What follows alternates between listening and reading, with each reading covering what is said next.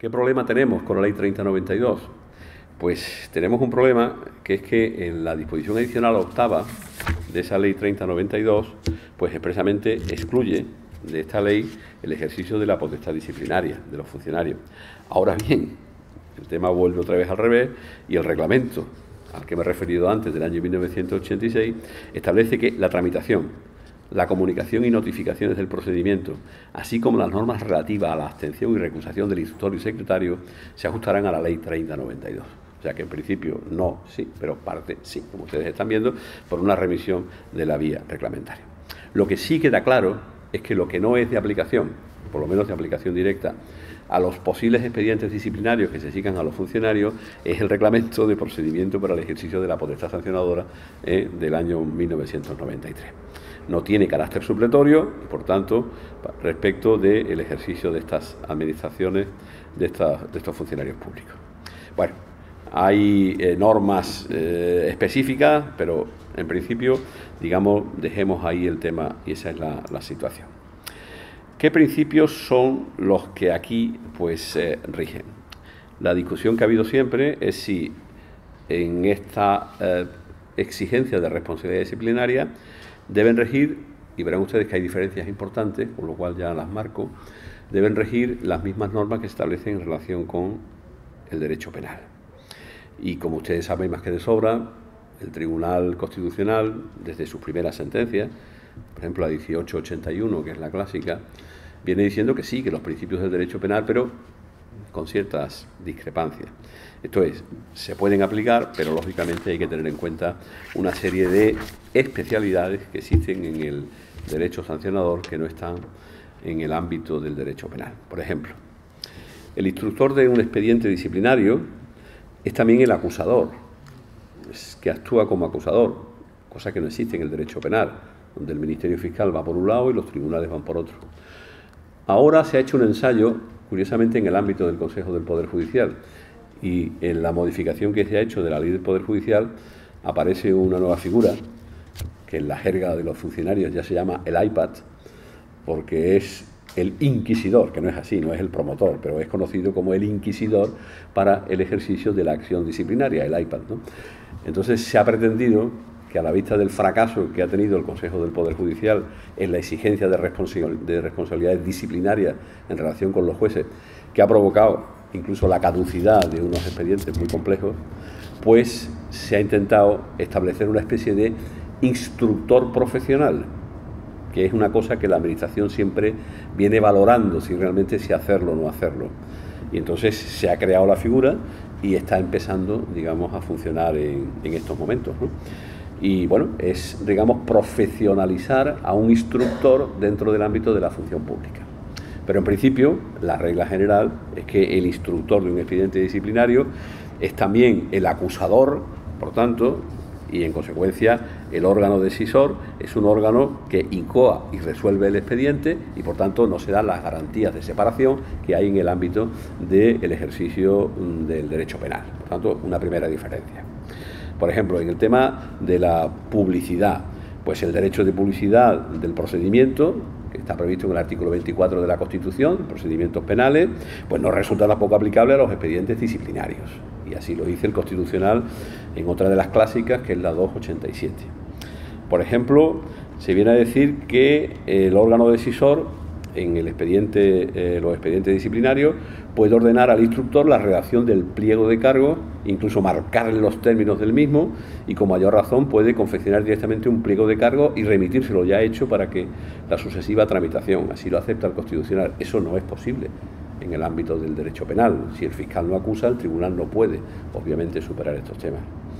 El tribunal, siguiendo con esto, no se puede, el órgano sancionador en materia administrativa no puede imponer una sanción superior a la del instructor. Para eso tendría que dar previamente aviso y obviamente es una diferencia distinta. Las medidas cautelares pues son impuestas por el mismo órgano que va a resolver.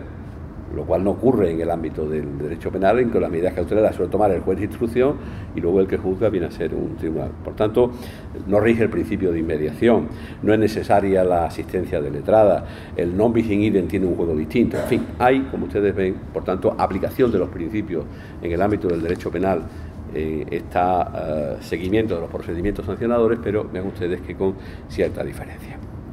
Este procedimiento en realidad tiene 4 fases distintas, por hacerlo un poco resumidamente.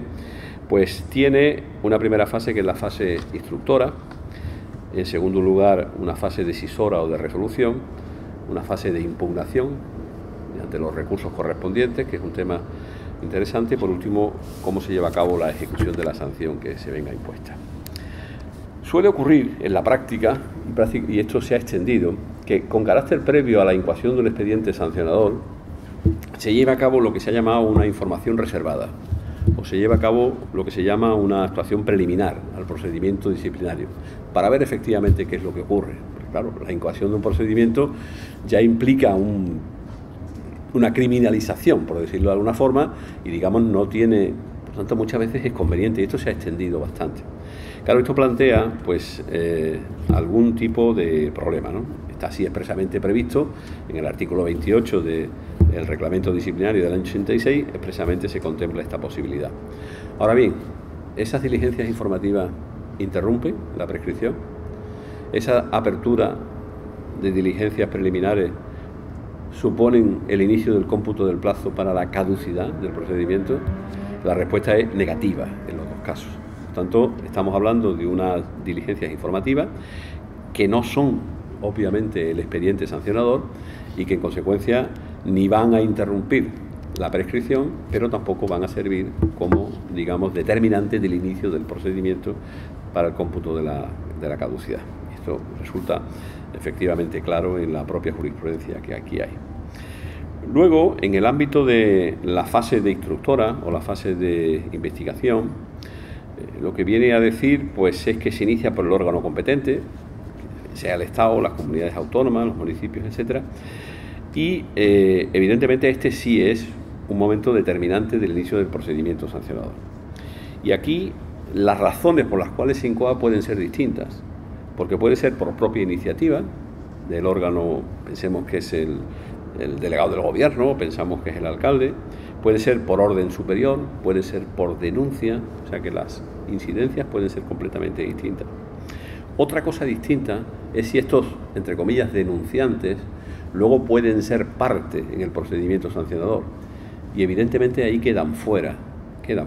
Por tanto, alguien le puede haber puesto en conocimiento del que inicia el expediente sancionador qué es lo que ha ocurrido.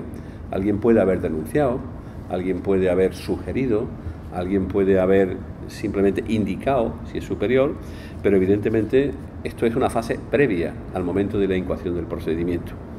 Y no son parte, y no pueden proponer pruebas, y no pueden acusar, porque, insisto, a diferencia de lo que ocurre en el ámbito del derecho penal, donde también viene siendo cada vez más discutible el tema, el ejercicio de la acción privada. Ustedes habrán oído hablar de lo que llama la doctrina Botín, cuando solo acusa a un particular y no acusa al Ministerio Fiscal. El Tribunal Supremo viene diciendo, creo que más o menos es así, el que evidentemente no se puede seguir adelante con este tema. Bueno, pues esto pónganlo ustedes en conexión con los grandes procedimientos penales de este país y pudiera dar lugar que la no acusación del Ministerio Fiscal pues a una ilustre personalidad de este país dejara solo a las manos libres estas, como ya le llamo, que se llaman manos no sé qué, manos limpias, ¿no? Yo llamo manos libres.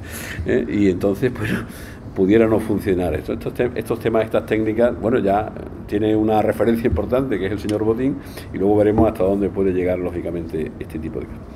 Lo que sí está claro que hay dos elementos fundamentales en por resumirles a ustedes el tema, dos elementos fundamentales en la fase instructora, que son el pliego de cargos y la propuesta de resolución. Estos son los dos elementos claves en donde les cito algunas referencias de jurisprudencia.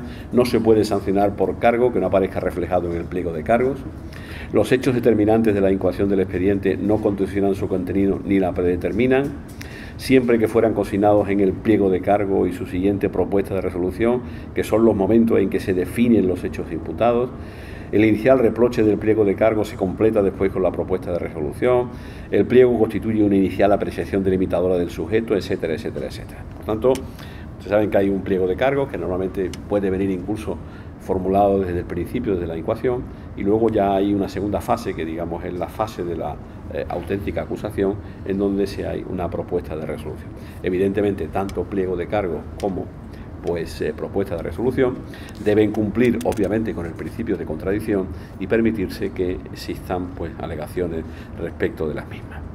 Y luego al final el tema termina, como se pueden ustedes imaginar, con una resolución que dicta el órgano sancionador, que en muchas ocasiones será el mismo órgano que ha producido, que ha llevado a cabo la incoación, ha ordenado la incoación del procedimiento. Puede plantearse la devolución del expediente al instructor. ¿Por qué? Porque se entienda que la calificación jurídica puede ser de mayor gravedad, porque se entienda que deben incluirse otros hechos en el pliego de cargos, porque es necesario que se complete la instrucción con la práctica de alguna prueba. Esto es, vean ustedes que hay una dependencia, yo no diría, pero en fin, casi absoluta, del instructor respecto de quien va a... Por lo tanto, esta era, como yo les decía, la diferencia más importante. O sea, el instructor no es autónomo, por lo menos en el diseño que tiene hoy la función pública. Yo no sé si se va a extender o no el modelo que va a ensayar con los jueces, una figura independiente, en que lógicamente ahí no tiene una autonomía especial, y evidentemente ahí sí el instructor, por lo menos así está diseñado, si el promotor de la acción disciplinaria no acusa, el Consejo del Poder Judicial no lo puede obligar a que acuse. Por tanto, estamos hablando de una especie de fiscal administrativo, si ustedes quieren, pero que tiene el ejercicio de la acción, que lógicamente es muy importante. Por tanto, eso pudiera existir, y de hecho se reclama en el ámbito de la función pública, el que haya alguien independiente que sea el que tenga esta potestad. Pero de momento realmente, como ustedes ven, lo que les quiero remarcar es que la dependencia del instructor respecto del órgano sancionador prácticamente es absoluta, tiene muy poca, digamos, libertad. Y muchos incidentes ha habido en donde el instructor dice, pues dimito, renuncio, no sigo, lo siento, es un disparate. ¿Por qué? Pues porque posiblemente el instructor lo está haciendo de una perspectiva bastante técnica y bastante adecuada, y sin embargo el órgano sancionador juega con otras connotaciones, a lo mejor políticas, yo no lo diría, pero que evidentemente el funcionario que instruye, y que no es un profesional de la instrucción, que es un funcionario que está haciendo, pues se niega lógicamente a seguir ese juego. Este es un tema siempre complicado y siempre difícil, y por eso habrá que seguir el ensayo que nosotros hemos hecho en relación con los jueces, y si da resultado, pues a lo mejor se podría copiar, pero en fin, ya veremos a ver el tema por dónde va a circular. Luego, lógicamente, pues hay la fase de instrucción correspondiente, y les recuerdo a ustedes que no se puede cumplir o ejecutar, mejor dicho, una sanción sin que la misma haya quedado firme en la propia vía administrativa, y que en consecuencia pues la fase de ejecución pues queda pendiente de ese tema. Les recuerdo también que el procedimiento que se establece en esta ley como procedimiento de carácter general es un procedimiento que está previsto como regla general para las faltas. El 98.1 dice que no podrá imponerse sanción por la comisión de faltas muy graves o graves, sino por el procedimiento previamente establecido, que digamos es el procedimiento ordinario, por llamarlo de alguna forma, ¿no? Pero en el párrafo segundo del 98.1 se dice que para las faltas leves un procedimiento sumario con audiencia del interesado. Por tanto, no hay que seguir, digamos, todos estos trámites que nosotros aquí estamos viendo. Hay algunos incidentes que son importantes, que suelen producir, que suelen ser un poco los que paralizan o los que de una u otra forma enredan, ¿no?, por decirlo así, el tema del procedimiento sancionador. El primero es el tema del incidente que puede producirse con la abstención, recusación del instructor del propio procedimiento. En el reglamento pues tienen ustedes unas causas ahí establecidas, normalmente pues el interés personal, el parentesco, pero bueno, son casos muy objetivos, pero hay una causa que es la que siempre complica todo, que es la amistad íntima o la enemistad manifiesta. Yo al final, después de muchas historias, ¿usted ha visto el dormitorio de él? Para mí eso es la amistad íntima. Sí, no, yo salgo con él y tomo tal y tal, pero bueno, ¿usted ha estado realmente en su casa y sabe el problema que tiene su niño con la droga? No, sí, tal. La amistad íntima y la enemistad manifiesta son conceptos, por tanto, pues abiertos, y que yo creo, lógicamente, que había que matizar, porque claro, es muy sencillo decir, mira, yo me quito del medio porque evidentemente tengo amistad, pues todos tenemos amistades, pero claro, se habla de amistad íntima o de enemistad manifiesta.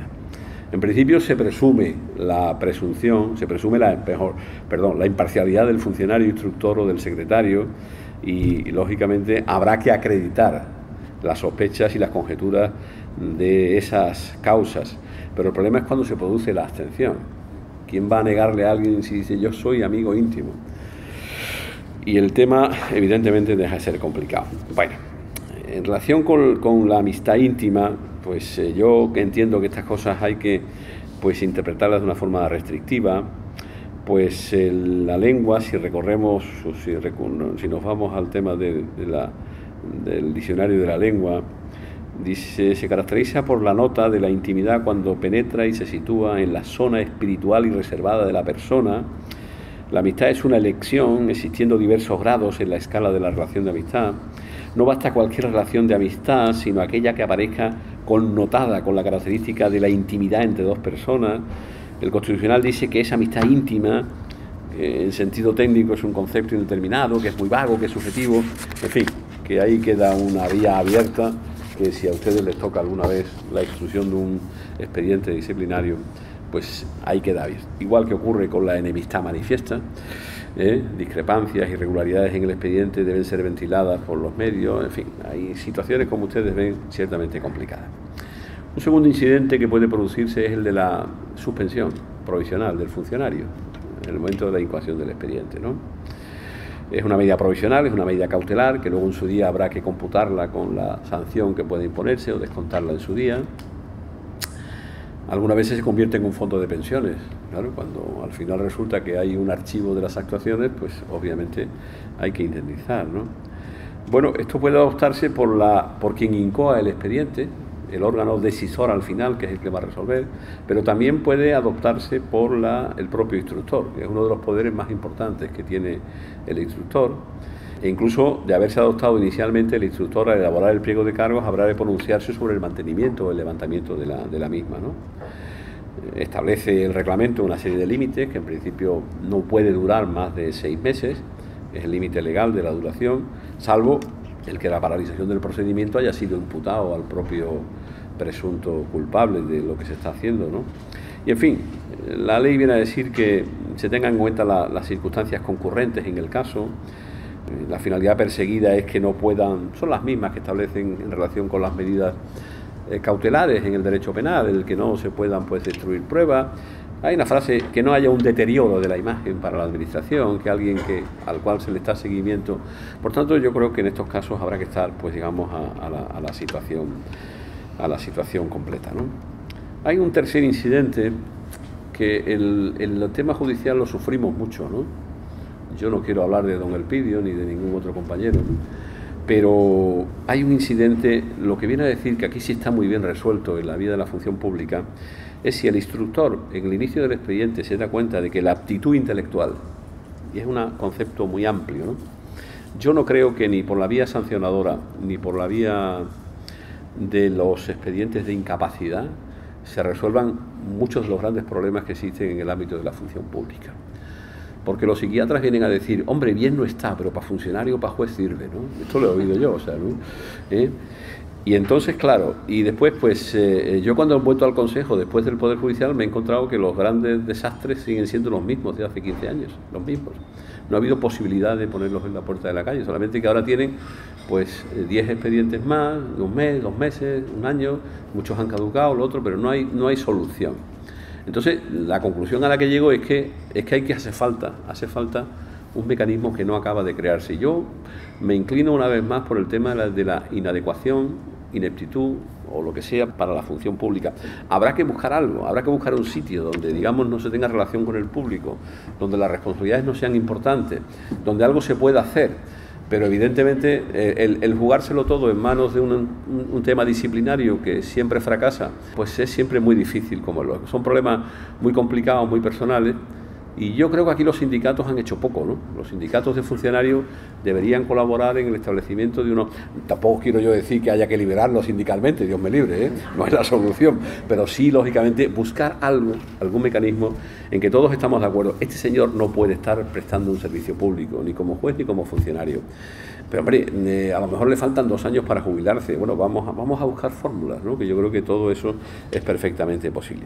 Por tanto, lo que aquí se dice es que si el instructor advierte la falta de aptitud intelectual del funcionario imputado, entonces suspende el procedimiento disciplinario. Por eso digo que aquí está, en principio, mejor resuelto que en el ámbito judicial, mientras se determina la incidencia de la enfermedad en el ejercicio de la función. Y en su caso se tramita el expediente de jubilación por incapacidad.